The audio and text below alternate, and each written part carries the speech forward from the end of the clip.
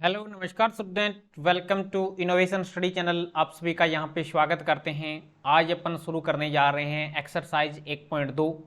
हमने introduction complete कर लिया है, 1.1 एक्सरसाइज कंप्लीट कर ली है। अगर वो क्लासें नहीं देखी है तो इस क्लास के डिस्क्रिप्शन बॉक्स में उसका लिंक मिल जाएगा, वहाँ से क्लासों को फॉलो कर सकते हैं। हमारी कंटिन्यू क्लास रहती है और आगे भी रहने वाले हैं, तो चैनल को सब्सक्राइब करके जो पास में बेल आइकन है उसको जरूर दबा लेना, ताकि प्रत्येक क्लास का नोटिफिकेशन आपको मिलता रहे। निःशुल्क पूरा सिलेबस कवर करने वाले हैं। देखिएगा, आज की क्लास का पहला प्रश्न इस प्रकार से है कि निम्नलिखित में से कौन से रिक्त समुच्चय के उदाहरण है। रिक्त का मतलब होता है फाई, उसमें कोई एलिमेंट नहीं होता। नल सेट की बात करें अपन एक तरीके से, एम्प्टी सेट। पहला प्रश्न है इसमें, दो से भाज्य विषम प्राकृत संख्या का समुच्चय। दो से भाज्य और विषम भी होनी चाहिए और प्राकृत संख्या का समुच्चय, ये एक क्या हो गया, रिक्त सेट हो गया। ऐसी कोई भी प्राकृत संख्या नहीं है जो कि विषम भी है और दो से भाज्य भी है। तो विषम हमेशा दो से भाज्य होता ही नहीं कभी भी। दो से भाज्य विषम प्राकृत संख्या संभव नहीं है, इसलिए ये क्या हो गया, नल सेट हो गया, रिक्त हो गया। कौन से रिक्त समुच्चय के उदाहरण है, तो ये रिक्त समुच्चय का उदाहरण हो गया आपके पास में। तो ये एक रिक्त समुच्चय है, इसमें लिखेंगे रिक्त समुच्चय। इसका सॉल्यूशन आपको बताऊंगा कैसे। यहां पे देख पा रहे हैं आप, जैसा कि ये लिख रखा है, इसमें पहला है, यहां दिया गया समुच्चय रिक्त समुच्चय है क्योंकि कोई भी विषम प्राकृत संख्या दो से विभाजित नहीं होती, ये आपको लिखना है। नेक्स्ट प्रश्न पे चलते हैं। सम अभाज्य संख्याओं का समुच्चय। सम अभाज्य संख्या होती है, दो होती है, एक ही एलिमेंट आएगा। एक एलिमेंट आ गया तो वो रिक्त की श्रेणी में नहीं आएगा। रिक्त में तो कोई भी अवयव नहीं आएगा, कोई भी एलिमेंट नहीं है, तो ये रिक्त नहीं है। ये इसमें एलिमेंट आ गया तो ये रिक्त नहीं है। Is that clear?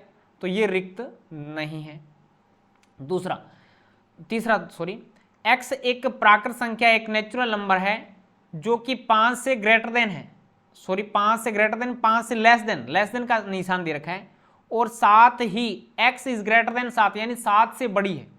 5 से छोटी और 7 से बड़ी कोई प्राकृत संख्या हो सकती है। 5 से छोटी तो होगी 4 3 2 1, यही होगी। और 7 से बड़ी होनी चाहिए। 5 से छोटी और 7 से बड़ी संभव ही नहीं होती। आप कोई बता दो है तो ये भी एक क्या होगा, रिक्त समुच्चय होगा। तो इसमें दिया गया है, यहां दिया गया समुच्चय एक रिक्त है क्योंकि 5 से छोटी और 7 से बड़ी प्राकृत संख्या संभव नहीं है, इसलिए ये क्या हो गया, एक रिक्त समुच्चय हो गया। नेक्स्ट पे चलते हैं। नेक्स्ट है आपके पास में y पे दे रखा है, y किन्हीं दो समांतर रेखाओं का उपविन्यस्त बिंदु है। दो समांतर रेखाएं होती हैं वे संख्याएं जिनको अनंत तक बढ़ाने पर कहीं नहीं काटती है। कहीं नहीं काटती है, इसका मतलब उनका उपविन्यस्त कोई बिंदु आएगा नहीं, जहां पे काटी वही तो उपविन्यस्त बिंदु होगा। तो इसलिए ये भी क्या होगा, एक रिक्त समुच्चय होगा। देख लो, यहां से पढ़ लो आप। इसका जवाब इस प्रकार से पढ़ेंगे, यहां दिया गया समुच्चय रिक्त है क्योंकि दो समांतर रेखाएं एक दूसरे को कभी नहीं काटती और उसका कोई उपविन्यस्त बिंदु नहीं होता, इसलिए उसका कोई उपविन्यस्त बिंदु होता ही नहीं। तो ये इसलिए जो आपको दे रखा है वो क्या सेट क्या है, रिक्त सेट है, एम्प्टी सेट है। नेक्स्ट प्रश्न पे चलते हैं। इसके दूसरे प्रश्न पे चर्चा करते हैं। इसने पूछा है परिमित है या अपरिमित है। परिमित में जिसमें अपन काउंटिंग कर सकते हैं, अपरिमित जिसमें अपन काउंटिंग नहीं कर सकते। जैसे पहला प्रश्न है, वर्ष के महीनों का समुच्चय एक परिमित समुच्चय है। परिमित समुच्चय है, रीजन क्या बताओगे, क्योंकि वर्ष में 12 महीने होते हैं। वर्ष में 12 ही महीने होते हैं। इसका सेट तो जनवरी फरवरी मार्च अप्रैल, लिखना चाहो तो लिख सकते हैं, जनवरी फरवरी मार्च अप्रैल मई जून जुलाई अगस्त सितंबर अक्टूबर नवंबर और दिसंबर, ये है। इसको काउंटिंग कर सकते हैं, इसलिए ये परिमित हो जाएगा। दूसरा है 1 2 3, आगे डैश डैश दे रखा है, ये अपरिमित है। ये अपरिमित है, क्यों है, क्योंकि ये एक प्राकृत संख्या का सेट हो गया। प्राकृत संख्या का समुच्चय है जो कि अपरिमित है, उसकी अपन काउंटिंग नहीं कर सकते, इनफाइनाइट है, कोई निचोड़ नहीं है इसका, तो ये अपरिमित हो गया। 1, 2, 3, 99 और 100, ये 1 से लेके 100 तक प्राकृत संख्याओं का समुच्चय है, इसकी काउंटिंग कर सकते हैं, इसलिए क्या होगा, ये परिमित होगा। इसलिए ये क्या हो जाएगा, यहाँ पे परिमित हो जाएगा। बताओगे कैसे, निम्नलिखित में से कौन से समुच्चय परिमित है, कौन से अपरिमित है, तो ये तो परिमित हो जाएगा। लिखोगे क्या इसमें, क्योंकि ये काउंटिंग की जा सकती है, ये 1 से लेके 100 तक प्राकृत संख्याओं का समुच्चय है। 100 से बड़े धन पूर्णांकों का समुच्चय, 100 से बड़े तो बहुत सारे हो सकते हैं, इनफाइनाइट है, अनंत है, तो 100 से बड़े धन पूर्णांकों का समुच्चय अपरिमित होगा, अपरिमित, कोई लिमिट नहीं है।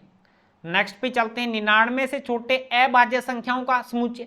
99 से छोटे अभाज्य संख्याओं का समुच्चय आप लिख सकते हैं, ये परिमित हो जाएगा, इनकी लिमिट है, ये परिमित में आएगा।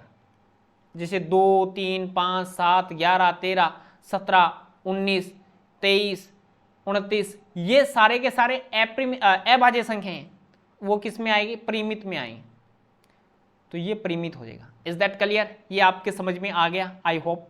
नेक्स्ट प्रश्न भी चलते हैं। तीसरा प्रश्न क्या कहता है, तीसरा है, निम्नलिखित समुच्चयों में से प्रत्येक के लिए बताइए कौन परिमित है, कौन अपरिमित है, ये आपको बताना है। परिमित कौन सा है, कौन सा अपरिमित है, ये आपको बताना है।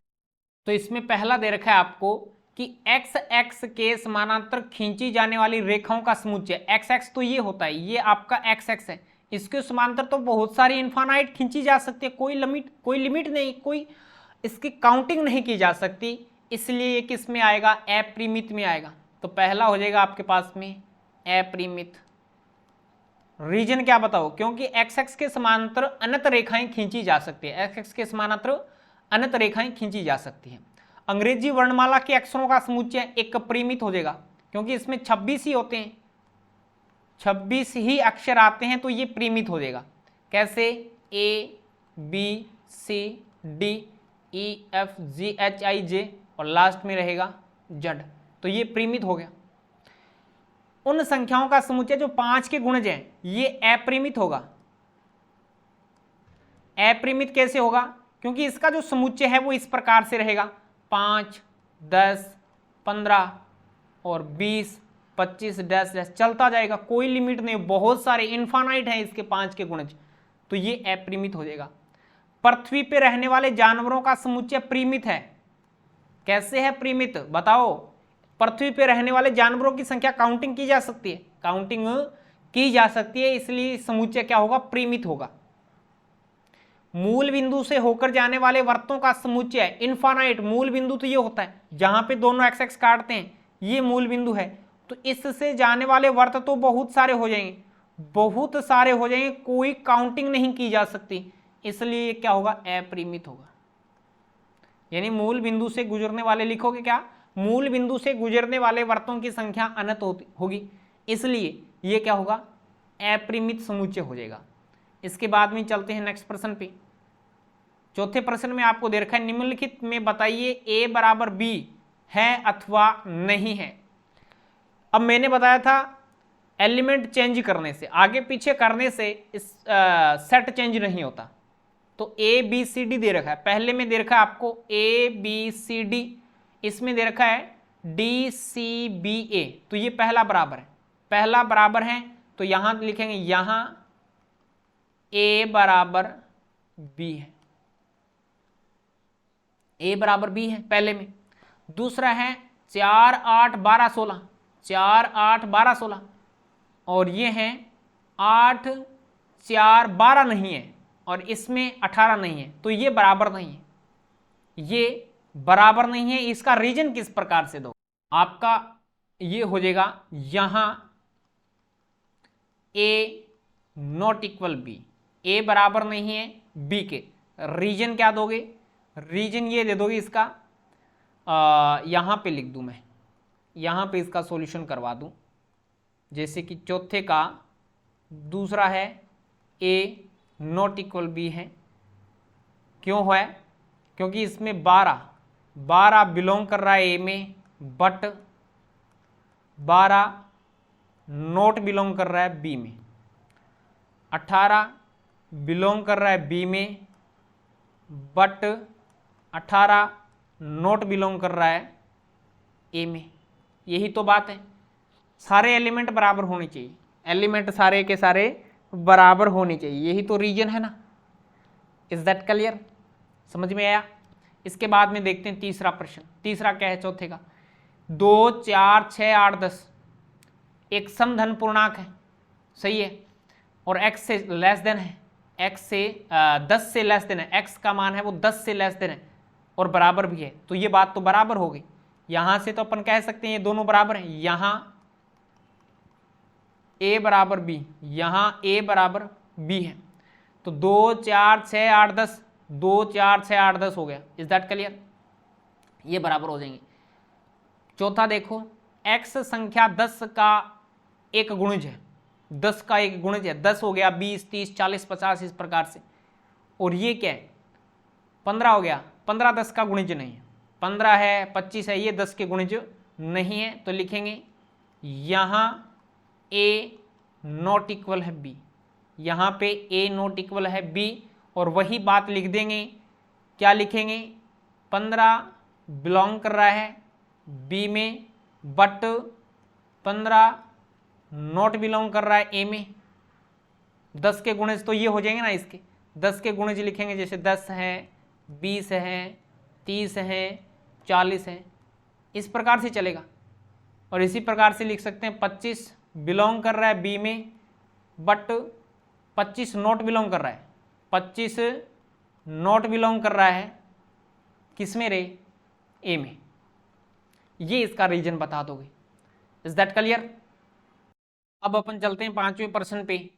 क्या निम्नलिखित समुच्चय युग्म समान है, कारण सहित बताइए। पहला देखते हैं, इसका 2, 3 दे रखा है और इसमें बी में दे रखा है x² प्लस में 5x प्लस में 6 बराबर 0 का हल, तो इसका अपन हल निकाल लेते हैं, इसका अपन हल निकाल लेते हैं। तो 5वें का बी में दे रखा है आपको, एक बार मैं इसका सॉल्यूशन करके बता देता हूँ आपको। x² प्लस में 5x प्लस में 6 इजिकल टू 0, यही तो दे रखा है ना। ठीक है, इसका सॉल्यूशन कर लेते हैं एक बार के लिए। तो x² प्लस के 3x प्लस के 2x, जोड़ने से 5x बन गया, गुणा करने पे 6x² बन गया, प्लस में 6 इजिकल टू 0। फर्स्ट 2 से क्या कॉमन आएगा, फर्स्ट 2 से कॉमन आ जाएगा आपके पास में x कॉमन आ गया, x प्लस में 3। सेकंड 2 से क्या कॉमन आएगा, प्लस के 2 कॉमन आ गया, तो x प्लस में 3 इजिकल टू 0।